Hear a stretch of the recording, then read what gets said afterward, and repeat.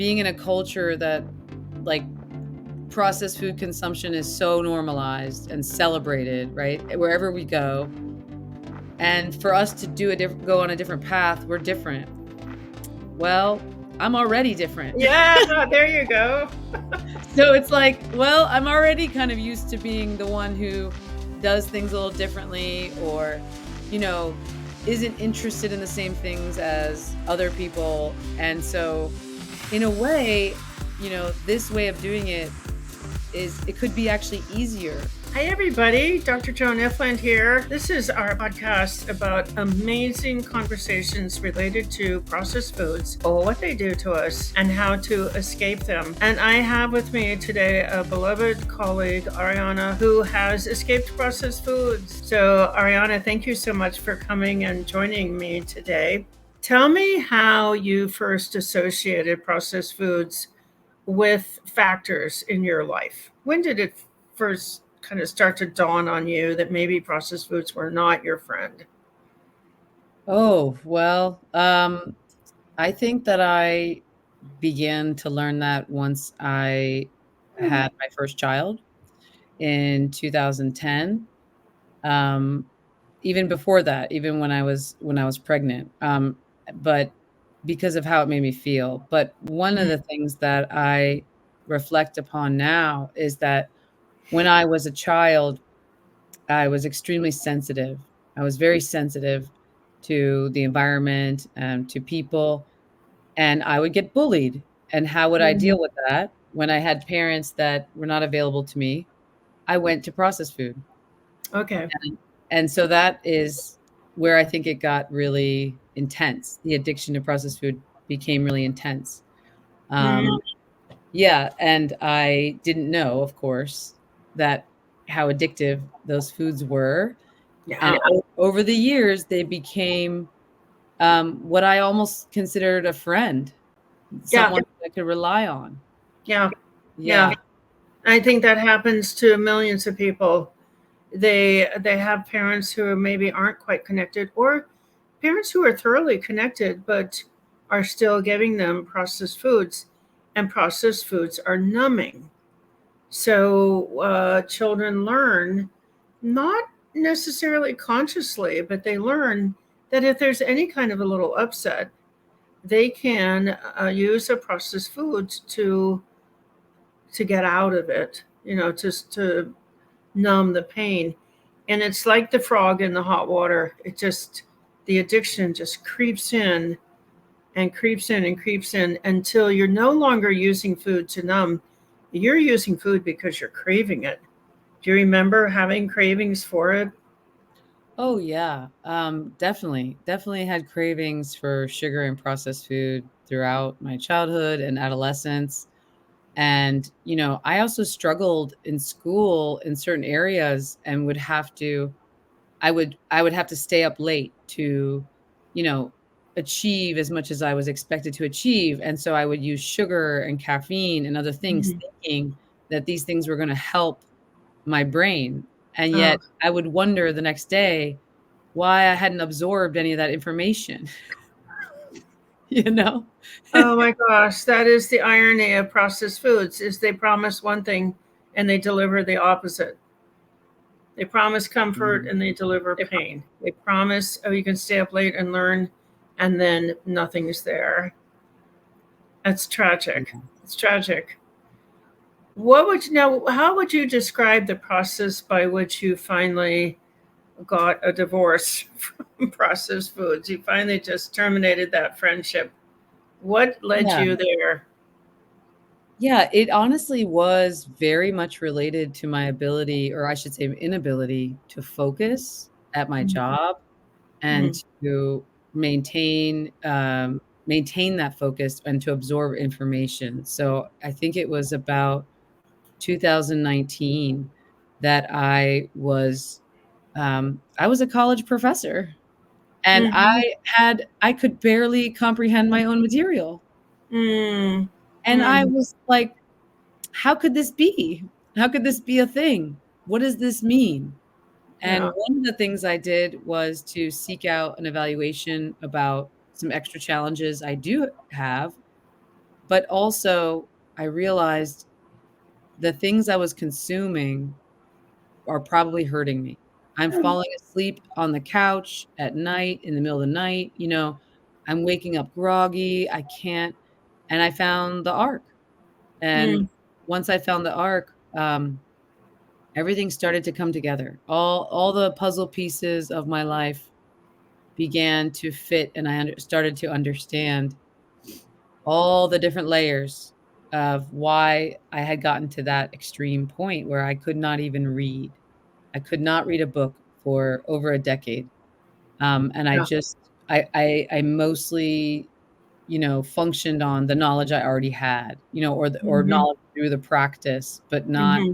I wasn't even keeping up with, my field as much as I wanted to and tried to because I didn't have the cognitive ability to do so. Yeah. Yeah. So you lost, I heard you say you lost the ability to read for a decade. I hear that story again and again. And people generally have no idea that it's related to what they're eating. And then we're fed all kinds of stories about what might be causing it. Oh, you're getting older. Mhm. And that is, it's just not true. What are some of the other things that you were told about that inability to read and the inability to even absorb your own material, keep up with your field? Like, what were the kinds of things that you were being told about it? What did you believe about it? Well, I was told that it could be trauma because I Mm, have PTSD. I was told that it could be stress. Um, I was told it could be, my exposure to certain, like, environmental factors because mm. I am very sensitive to those things. Um, and, I was told that it could be related to my neurotype, and Ah, so, I took that to heart, but continued towards the arc and in recovery. And through that process, I realized, "Oh, look at this. I am having no trouble writing. I'm having no trouble doing these so you things." started that long process of getting off the processed foods, developing some stress management skills, being in a group of very kind people, and then and you saw improvement from those things, from doing those things. Yeah, yeah, definitely. So And I you realized know, yeah, and almost 4 years in now, it'll be 4 years in May. yeah, And so I've noticed that over the long period of time, it continues to improve. The longer that I stick to a clean food plan and I'm not eating processed foods, now I read at least 2 books at once, you know? Like, because I have so many interests, and it's like I can read, a 500-page book in not that long of a time, and there it was sitting there on the shelf for a decade, you yeah, know? I couldn't yeah, get past yeah, page 2, so, yeah. yeah, it's pretty dramatic if I look at the bigger, the long-term picture.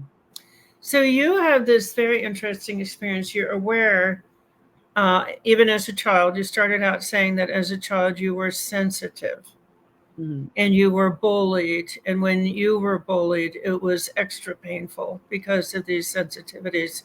Not that being bullied is never, but being bullied is traumatic for anybody, regardless of how sensitive they are. But you know from your neurodivergence that it was really hard on you. So, what from your story, what I think is happening is neurodivergent people are being given all kinds of reasons for why their brains are functioning the way they're functioning. And what I hear you saying is that you learned that it was a chunk of it, not all of it, but a chunk of it was just processed foods. Yeah, I think a lot of the executive functioning, issues I had were connected to processed food. Mm-hmm. And I think at the same time, processed foods numbed my sensitivity to my environment.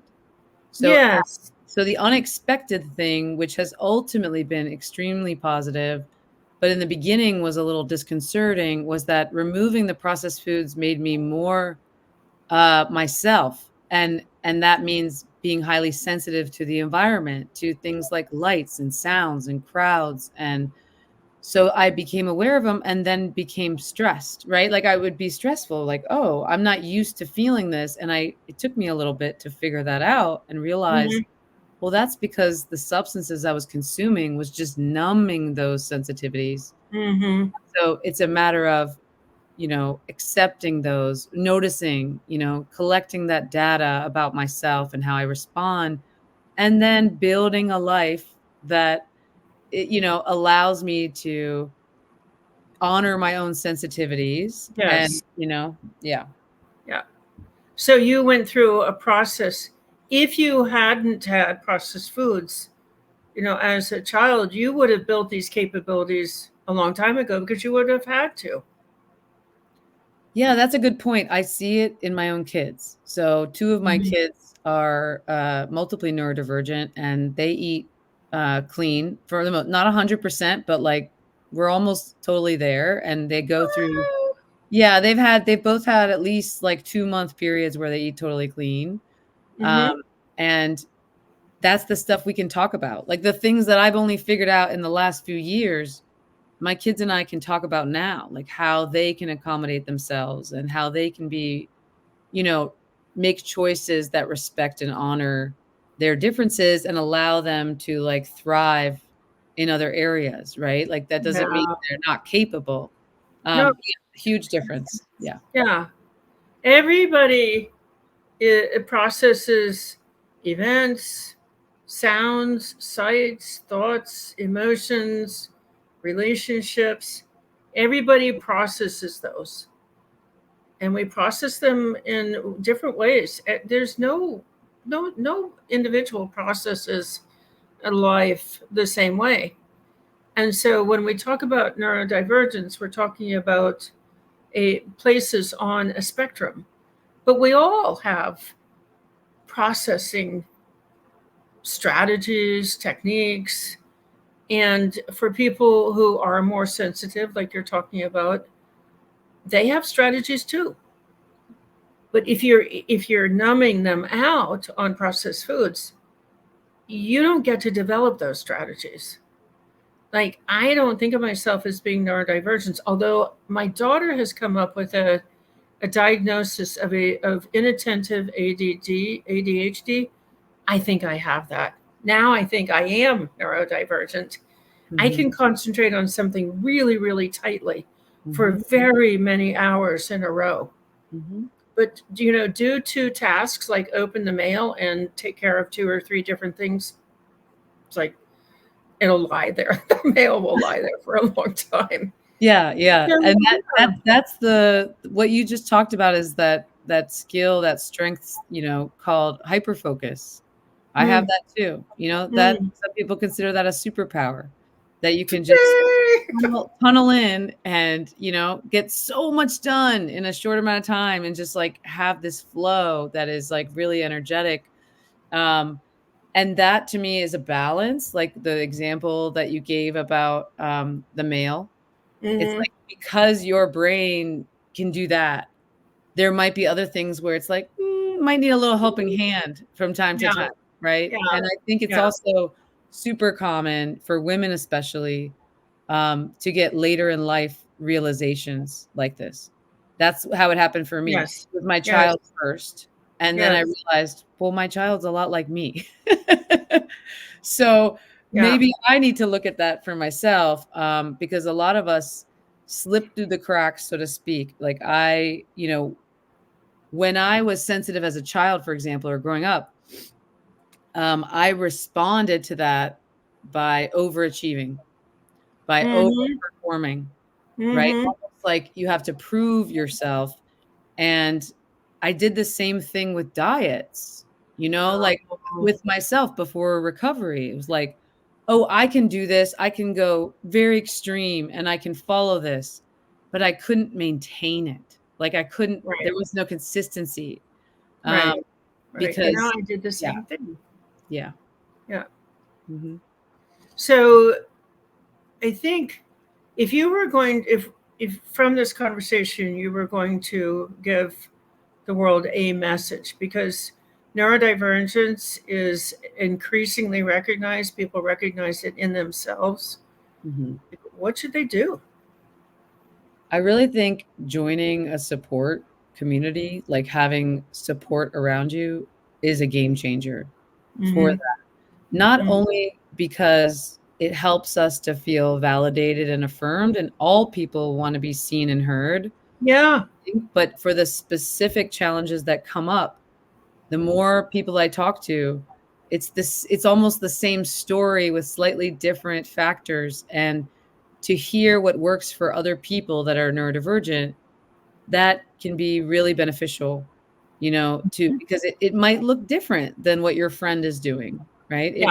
It might Yeah. be a little different. You might need to go a little slower, for example, and just accept that certain things need 3 times the amount of repetition in the brain to Yeah. stick for you. Yeah. Um, those kinds of things, I think, yeah, I think it's the support because it can feel very isolating when Mm-hmm. you are an intelligent person and you did your research and you know what you're supposed to do and you can't seem to actually do it, you know? This is what I keep thinking is that the skill set.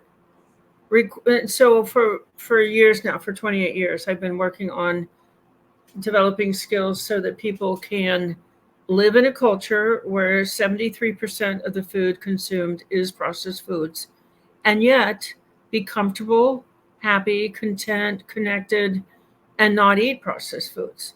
So, not participate in a really almost overwhelming part of the culture, but still be okay in the culture. And I almost feel like those skills, that it's thought control, it's emotion control, it's behavior control, it's getting enough sleep, it's figuring out what foods work for you and what foods don't, even if they're clean foods.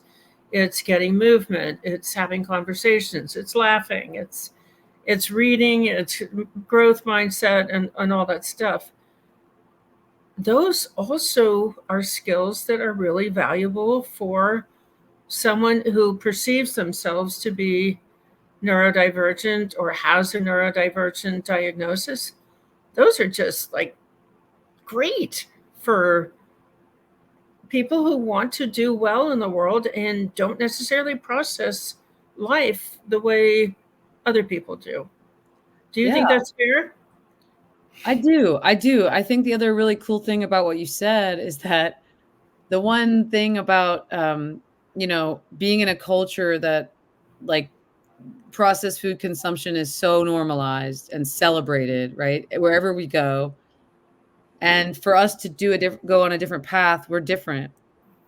Well, I'm already different. Yeah, there you go.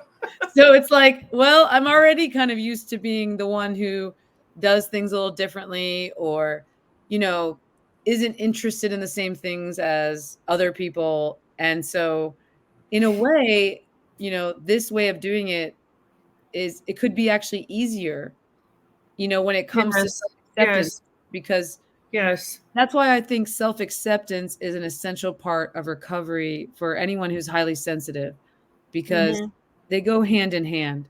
The more I mm-hmm, accept myself and really embrace myself and embrace my differences, then mm-hmm. I can utilize those things in recovery. But like you said, I think it's more holistic wellness. Yeah. I'm better, I'm just happier in general, all those benefits that happen and realizing like, "Oh, if I have to go to this, really loud public event with 50,000 people like I did this weekend," right? I'm aware of how that's gonna drain me, and Mm, so and that it could affect my recovery. mm. So it goes that knowledge is so important when making a plan, to keep yourself safe in terms of your addiction issues, right? In terms of cueing. Yes, there you go. There you go. There you go. These are skills that are useful to just getting through life and being super healthy, super well, having that sense of well-being in a very sick culture. So whether the processed foods are creating uncertainty because, you know, the brain responds to processed foods in ups and downs. I'm going to say something, and I don't know how this is going to come across, but we do see it again and again in the ARC, in our recovery communities, that when people get off of processed foods, things that they have been told, like me, I have an unusually high IQ. But as a child, because my household was full of processed foods, I was told I was slow, I was stupid, I didn't have sense. And I certainly would, I mean, I can see my mother just yelling this from the top of her lungs in the living room. I'm not working out to potential. Now, when I got off of processed foods, I mean, I fought through those things. I created a career for myself. Mhm. I did fine. But when I got off the processed foods and my head cleared, the brain fog went away. I realized that processed foods kind of create their own hurricane of neurodivergence all by themselves. So I think one message is, before you decide, settle on what is my neurodivergent profile, get off the processed foods and see what's left. Yeah. Yeah, that's I think, you're right about that part, that, like, the most accurate way to look at how your brain works would be to do it after, getting off processed foods, Processed foods, yeah. right? But at the same time, I think the things that I've developed, for example, as a neurodivergent person in recovery would be beneficial to anyone. And maybe, Yes, like, yes. that maybe we need that extra support and that extra, step-by-step, um, process, Hmm. so that we can actually get an accurate picture of our brain. I was misdiagnosed with all kinds of things over the years. "Oh, you're this. Oh, you have," it's it's wild, and what I think happened was the processed food consumption went up, Yes. and as my age went up and my tolerance for it, was so high that I had to consume so much Hmm. that it we already took a brain that's challenged in certain situations, but is also I also have a very high IQ, which is Hmm. probably why I was able to, like, just get by, Keep right? going. Yeah. Not everyone can do that, but I hit a wall. I think that Hmm. day that I looked at my computer and was like, "I don't even know what I'm teaching today. I don't know what is happening," Oh, and when I couldn't read, I knew it was something else. It couldn't be just that, I didn't know yet at the time that food could have that kind of an impact. So I think it's so important for parents too, to yeah. recognize that whether their kids are neurodivergent or not, this is not about taking away joy for a child. Yeah. Processed foods are not joy. No. Okay, right? That, like, if you want your child to I hear it all the time. I want my child's having all these issues, and a lot of, like, parents of neurodivergent children. But I ask them, "Well, what are they eating? How much sugar are they consuming?" And they say, "Well, that's all they'll eat." Yeah. Yeah. That's Yeah. all they'll eat. And Yeah. so it breaks my heart because I wonder how that child could be happier and thrive if folks knew how much these foods are hurting us. Um, Hurting. they're hurting us. They're damaging our brain. They They painful. absolutely, yeah. Yeah. So I hear, Ariana, that you are coaching other parents. I think this is epidemic. People just don't know what these processed foods are doing to their children and themselves. Like, I didn't know until I was 44 years old that brain fog and attention deficit were and then the cravings. The cravings just pull away so much brain power. Like, I didn't have room to think about things because I was thinking about food all the time. Mhm. And I can remember January 4th, 1996, when that let up. I'd been off of sugars and flours for 4 days. I think that's another big part of the message is the results from this start rolling in really quick, and Yes. they multiply. Yes. So people are coming to you and asking for your help, Ariana.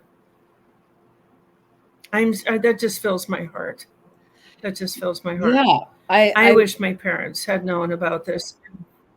Yeah, it means so much to me. I love children. I've worked with young adults or youth for 25 years, longer, and, there's so much potential there. All the amazing genius really that I see in children, gets muted by processed foods.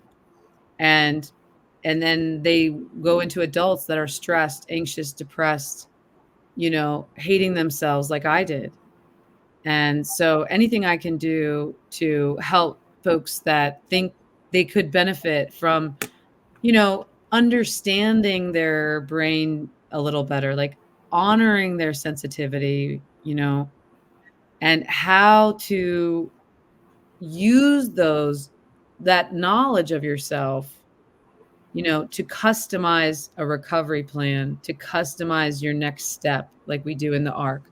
It's okay if it looks different. It's okay if um, your path to get there is not a straight line. Um, yeah, Yeah. I think that we're missing out on so much amazing creativity, innovation. Like I imagine to myself, imagine what I would have been like or what I would have achieved had I not been addicted to processed foods. Right? And I'm not living in that regret, but I think of it more of like paying it forward. I Oh, have that's learned what beautiful. I've learned, and I wanna just help the next batch of folks, the next generation or the next, group of adults who can, find happiness and peace around food so that they can Yeah. do other things like take up the piano again like I did after 30 years, and reading books or whatever it could be, whatever that's interests them. And yeah, it's exciting. I'm excited to be able to help Oh people. gosh. I'm so grateful to you that parents are finding you. I'm just so grateful that parents are finding you. There's something about what you just said that made me think about another loss. So you're talking about what could I have done had I not been turning to processed foods for numbing? What could I have done? There's another piece to that is that my parents never knew me. My parents never got to know me. Our household, even I grew up in the 1950s. Even then, there were plenty of processed foods in our house. Everybody was numbing out and, unstable bouts of violence, bouts of anger, a lot of irritability and criticism and negativity. But my parents never got to know me. Mhm. And I think honestly, never got to see them. They Yeah. might have been terrific people, but they were cold and they were distant and they were critical and ridiculing and sarcastic. And my mom always had a glass of caffeine, sugar in her hand. Mhm. I never got to know her, and she never got to know me. Yeah. I can relate to that. Of like, my mom also had a glass of sugar and caffeine until it became artificial sweetener and caffeine, which we know is not any better. No. But I do, that resonates with me about not getting to know people and Mm-hmm. not getting to know how beautiful they might be or how sensitive Yeah. they might be, and that it's not too late. It was you sharing that how you were with your kids that got me to join the ARC in the first place, because I started to feel like, who am I? What kind of mother am I? I'm sounding too much like my own mom, and I Mm. don't want that for my kids. Mm-hmm. I want better. Mm-hmm. But it's there was something else that just slipped my mind, a story. Oh, It was actually that once I had about a year in the arc and, had a lot of abstinence, from processed food under my belt, my parents said, "You seem like, a different person, Ah! like the young girl who was a child, before the world, pushed you down." And I thought to myself, "Huh, but I've always been the same person." They could see those qualities that are the best in me, because I wasn't snapping or being defensive or right because of being in the sugar and processed foods. It was like they had that timeline of me as a young girl and thought, probably had some preserved beautiful image of that in their memory, and there it was. And I was like, yeah, believable. I'm like, yeah, I feel like a different person. I feel like I'm still getting to know myself, because how do I know what was really me, what was really my brain differences, and what was the processed food? Yes, that's it. Mhm, Me, the brain differences, and the processed foods. They can all show up as if it's you or if it's only the brain differences, mhm, but they are all manageable.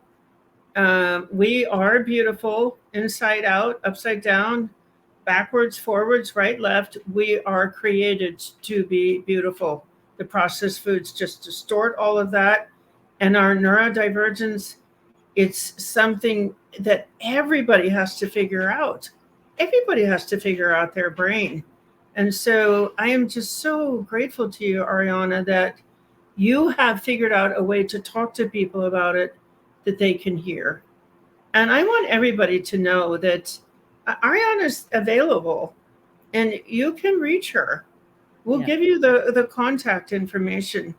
And she's out there teaching this so that you don't have to go through the years of wondering and confusion and self doubt that she and I have both experienced. Ariana, what else would you add? yeah, that really summed it up great. I just that, I just wanna tell people that even if you've never heard the word neurodivergence, right? That if you ever felt like you didn't quite fit in, or you were just a little too sensitive, or a little too introverted, or a little too talkative, in my case, or yours, Joan, that, that there could be something there, and that could be learning about yourself in a way that really just boosts your recovery, because it has boosted mine. Yeah. And I'm super happy to be able to teach other people what I've learned and to share science and to support people in figuring out what does that look like for them. Really, Yeah, yeah.